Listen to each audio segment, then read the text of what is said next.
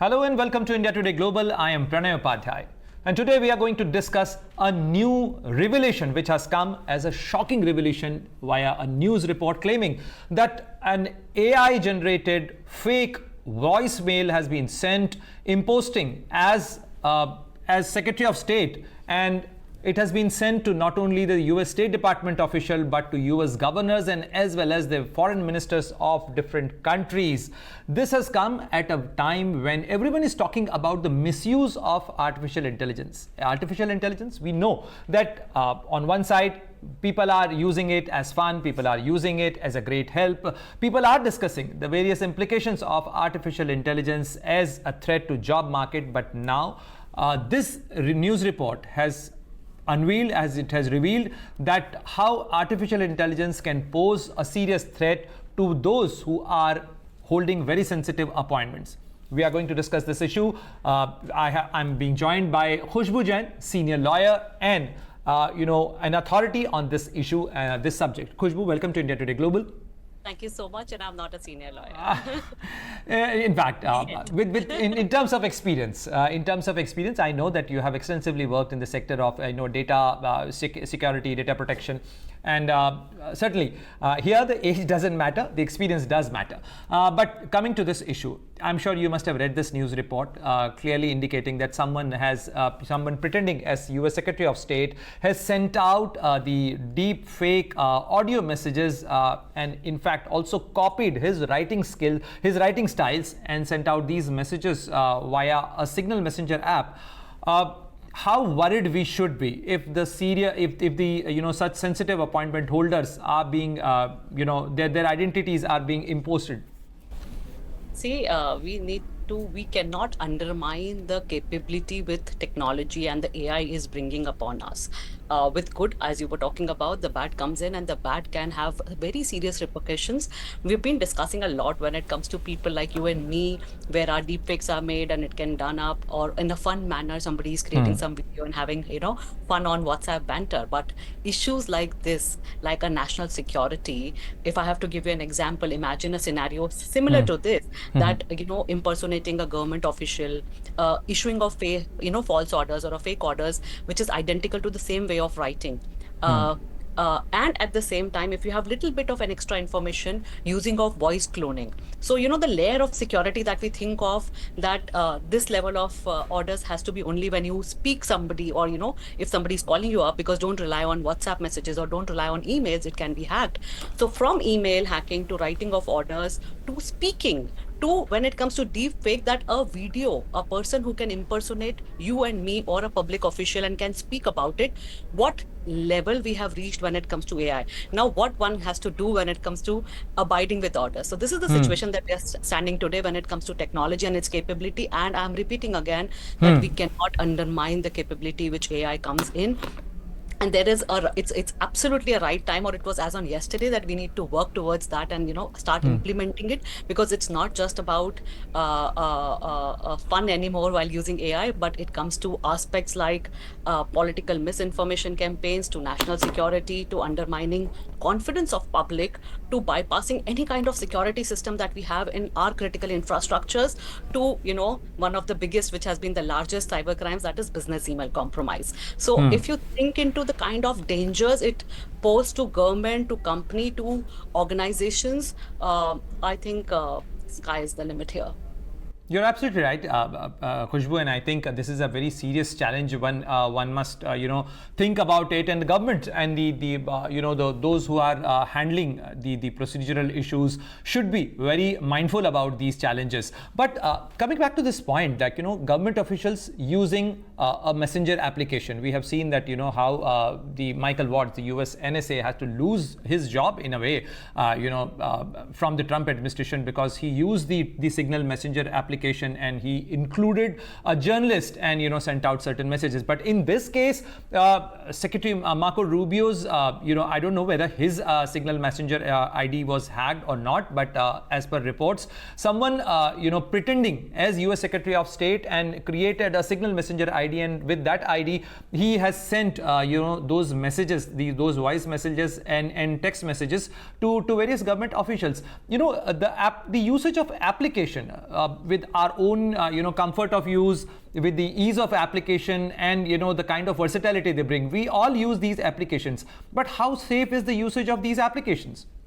No, when it comes to national security, when it comes to officials dealing with official work, I'm keeping aside the private work, but anything when it comes to these, I think that one cannot rely on messaging apps like any of those messaging apps that we are relying upon. One, there are serious aspects when it comes to security of data, when it comes to secrecy of data. And I think all these communication which are there are covered under the Official Secrets Act, and the data has to be in the premises of Indian jurisdiction. And these data are very important and confidential. And all these apps, if we see into that, all AI models are being developed on the conversations and the communications and the data that is being fed on internet. And now, if that's the way to do it, it would be very easy to impersonate somebody in the way of writing, in the way the communication happens, to getting much more details, and the capability of AI is increasing. So it would be ideal not to have a platform which is a public platform where data is being saved in data centers which is not on prime. But one has to start working on these things, and I think there have been good guidelines by the government of what and what cannot be done when it comes to messaging apps like WhatsApp. But Khushboo, here comes the challenge for those who are in public life. Most of their their voice messages, their voice, their gesture, everything is in is in public domain. So it's easier for to copy that data, to develop AI fake based on that kind of information. How that information can be protected, because these individuals are in public life? So you're talking about that somebody's picture or a video and somebody's voice, because you need only 6 seconds of a voice of somebody to create a level one of a voice. And if you have something which is more than those 6 seconds, it would be as accurate as 90% of similarity when it comes to the voice that one can impersonate using these AI apps. Same with the deepfake, or the audio or video together that can be generated, and the kind of perfection that AI is bringing in when generating these. So I think this is the challenge that you're talking about, and that's where one cannot not come in public life, because they are public servant, and there are people who are public, including influencers and fin influencers and politicians and so on and so forth. So to think of that we should not have, you can't be in the public eye, that cannot be the solution. But as I'm saying, that technology is bringing in these issues, that's where we need to take help of the technology to detect these kind of videos and audios which are generated, and that has to be done on a real time, and there has to be a government machinery that has to start working towards it, where they make it mandatory for these platforms where these videos are being spread or are being communicated, that they detect that this is not a original video, this is AI generated video. This is a very important point, Khushboo. I think do we have mechanism, do we have any procedure with which these platforms can be asked to ensure that the messages should be marked or identified as artificial intelligence generated message or artificial intelligence generated video? Yes. So if you'll see now also, if you'll open any of these social media platforms, it's very clearly written that this is AI generated, because AI has been now utilized by companies as well, where they want to create an advertisement, where they want to spread some information or some campaign using AI. So it has been very clearly put it across that this is created by AI.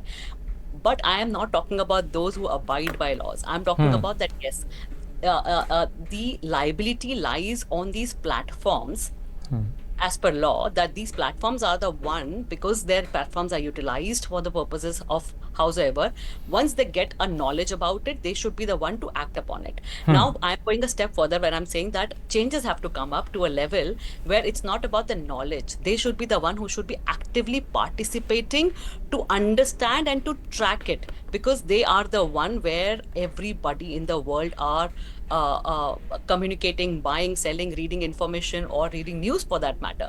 So I think it becomes more of a responsibility right now, and with this responsibility comes the law, which wait for some more time, and I think the entire world will come up with a regulation that platforms are mandated to have those technology inbuilt, where they can track it in real time, and they can disseminate that information to spread if it is something which can create a havoc, or it can have impact when it comes to law and order, or public order for that matter, or security, or child pornography, or pornographic content, or obscenity for that matter. And these have to be done at a real time, at a platform level, because by the time you and me realize something has Yes. happened and we act upon it, a lot of time has already been passed and the damage is already caused. So if it's not done real time at the place where it is disseminating, I think will be at a loss still.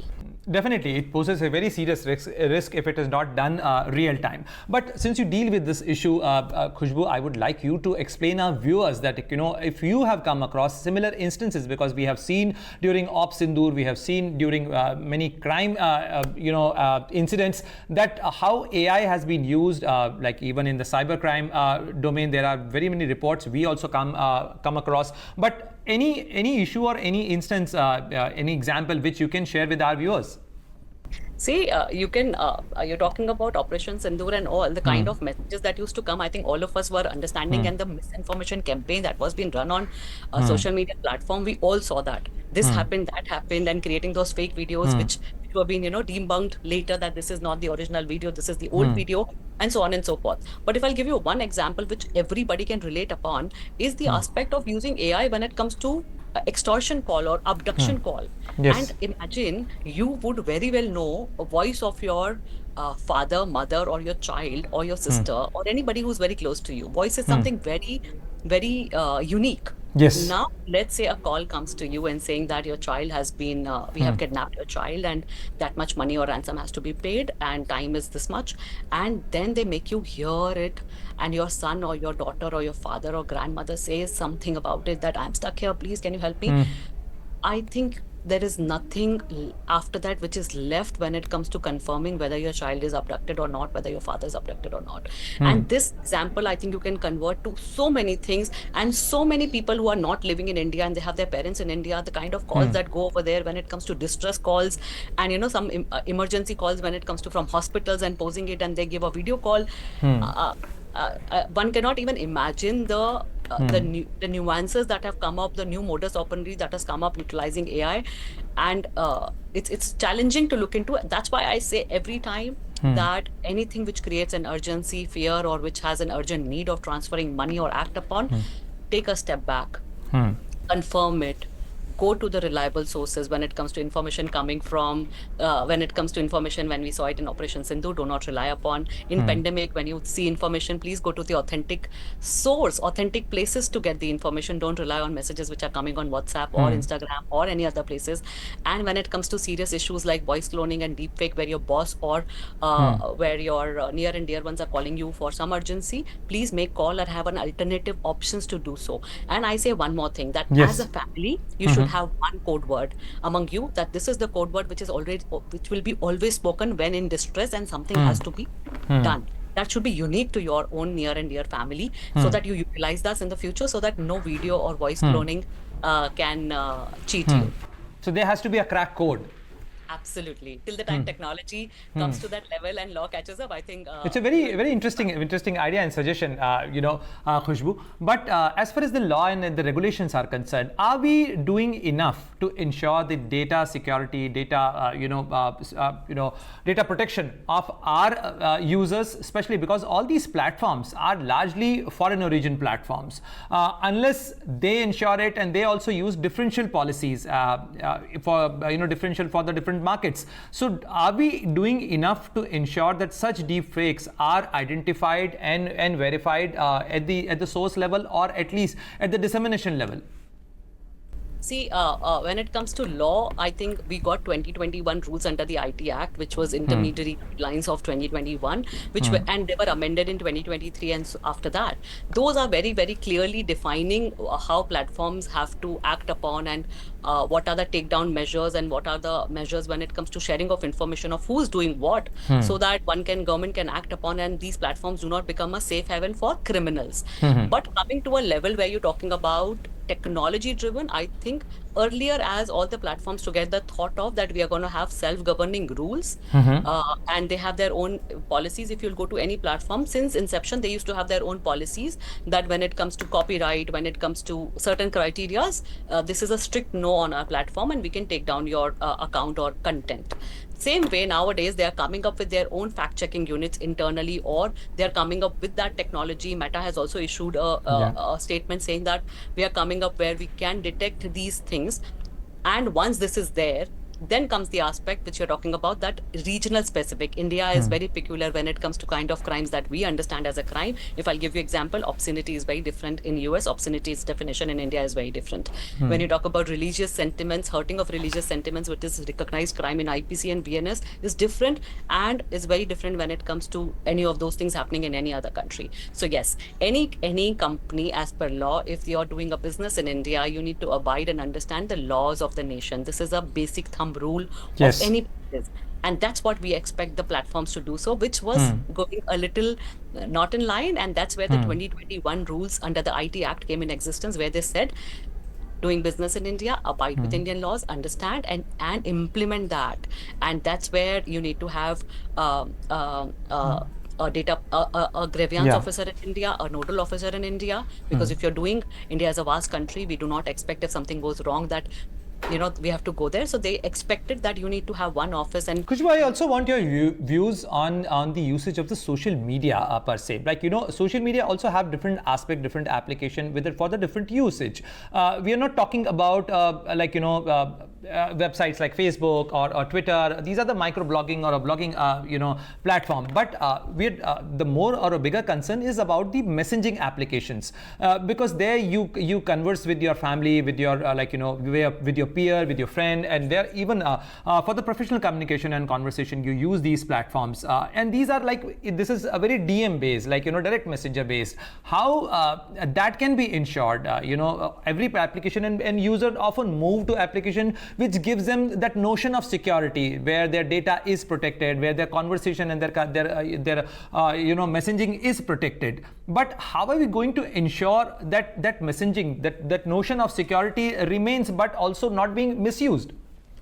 See, you have absolutely hit the right direction by saying that, because all of us want that whatever I'm talking to somebody should not be heard by anybody, should not be made public, or should not be seen by anybody around. It's communication between two people, and because we have moved to a digital world, the private communication between two people, now we want to have that communication utilizing the messaging apps, and which is fair enough. So if you look into the same 2021 rules which I'm talking about, it says that in the situation of law and order, or in the situation of security or something like that, let's say a message that goes out on direct message, which has come to you and me, which has hurt somebody's religious sentiment, and which has created a public order situation in some area. Or let's say there is a statement that has come up that so and so train has been hit over there, and that has caused a havoc after that. Now let's say these messages were not true, or the intent was to create an havoc. The first person who has created that message is the one with the malice. So these laws mandate these platforms, the end-to-end encryption platforms, direct messaging platforms, to share the details of the first originator of the message. Now, when it comes to any other communication between you and me, that's supposed to be private. The government cannot also ask about it, because it's a private communication between the two. Now, let's say there's a fight between you and me, or there's a situation where I'm being sent something which is obscene, or which hurts the modesty of women, or which is defamatory, then I can utilize that message and put that as an evidence. But for government to get an information between two people, which is a private communication via order, is something which is yet not there. And I think that is to be keeping in mind the right to privacy, which is there under the Constitution, guaranteed to each and every citizen of India. So that's the law that we stand today. But I understand the challenge, because a lot of these platforms are utilized by groomers, by these the people who do bullying, and so many things. And that's where I think people have to be secure of understanding and not getting into these platforms with unknown entities, or the people without understanding, or without knowing about it or verifying it. I always say I completely agree with you, Khushboo. Yeah. Do not trust without verifying. Absolutely, you're absolutely right, Khushboo, and I completely agree with you on this point that even the social media usage hygiene should be taught to the younger ones, and even for the adults, because we started using these platforms, but we do not know the various aspects of its usage, the various challenges of these social media platforms. But taking forward our conversation to another aspect where the social media information, disinformation, is being discussed about, and that is the recent government order to block around over 2000 social media handles disseminating wrong information in India, creating disinformation, and that was the measure which was taken post Operation Sindoor and extended on 3rd of July. So recently social media platform X has put out a post saying their government affairs department has said that government of India has forced them to block these microblogging or these social media handles, and they have been forced, and government is coercing them. It's like arm twisting, the kind of words they have used. How do you see this situation? As on one side, government is playing a dutiful role of gatekeeping, stopping the wrong information and disinformation. On the other side, they also have to put up this public image or the challenge of this image, because the clarification issued by the MeitY clearly says that the intention is not to block any news platform. Here the question was about the Reuters and some of the international news agency social media handles. Okay, so let's go step by step, if you'll give me a little time. Yeah. It's the whole genesis of all this fight is that you and me enjoy something called as freedom of speech and expression, which is guaranteed under the Constitution as one of the fundamental right.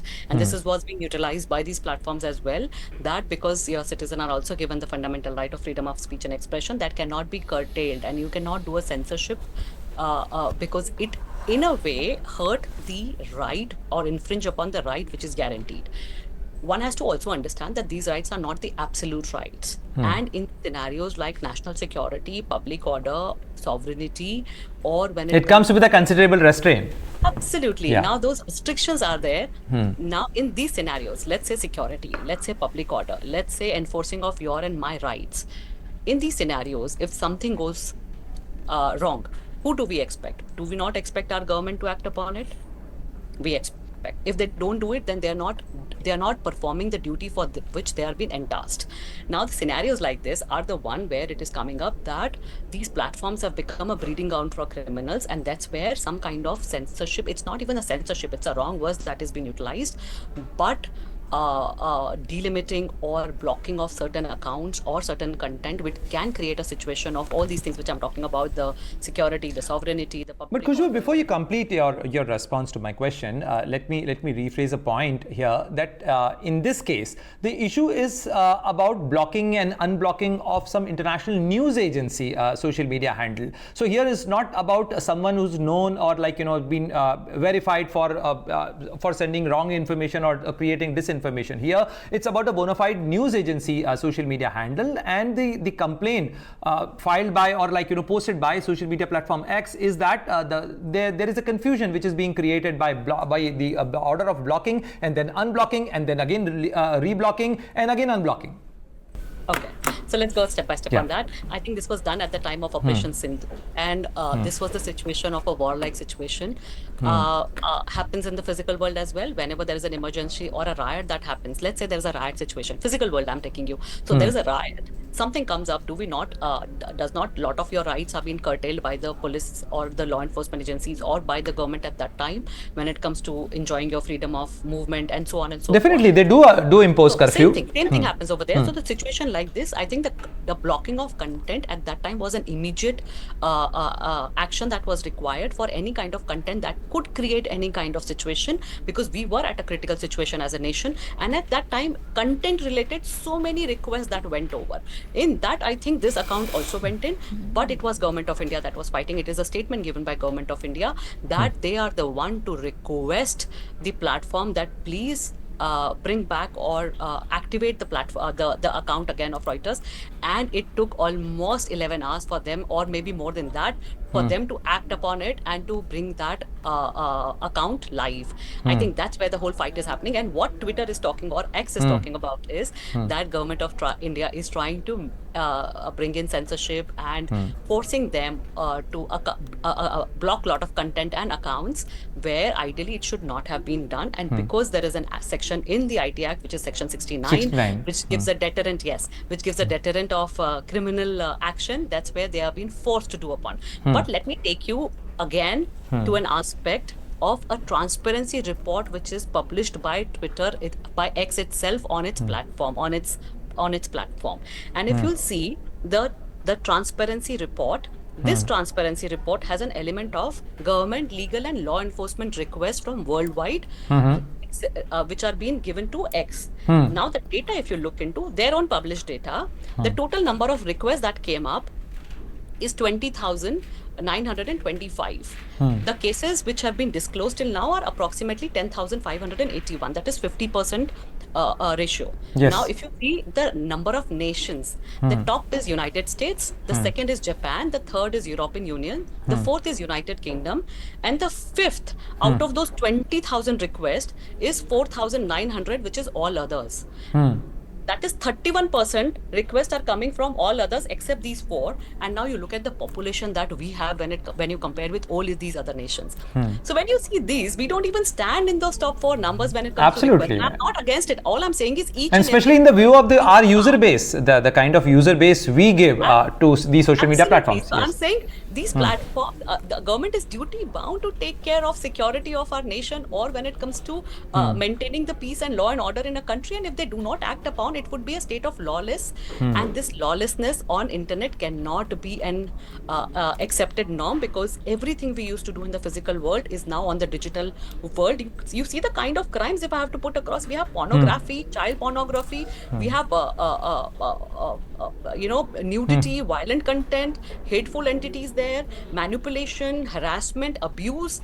You think of a crime and the exploitation which happens when it comes to child. These are the things happening on social media platforms. The platforms cannot be a space of lawless space, and that's where I think the government have to get in. And it's not absolutely, and they cannot evade their responsibility. Let's not use the word that government of India is trying to impose censorship and twisting the laws. I think these are the false narrative that are being put across in the world, and I think it is the platform's duty which they should have done it. And because they failed to perform their duty is where the government has to seep in, because at last government is the one who's tasked to do that.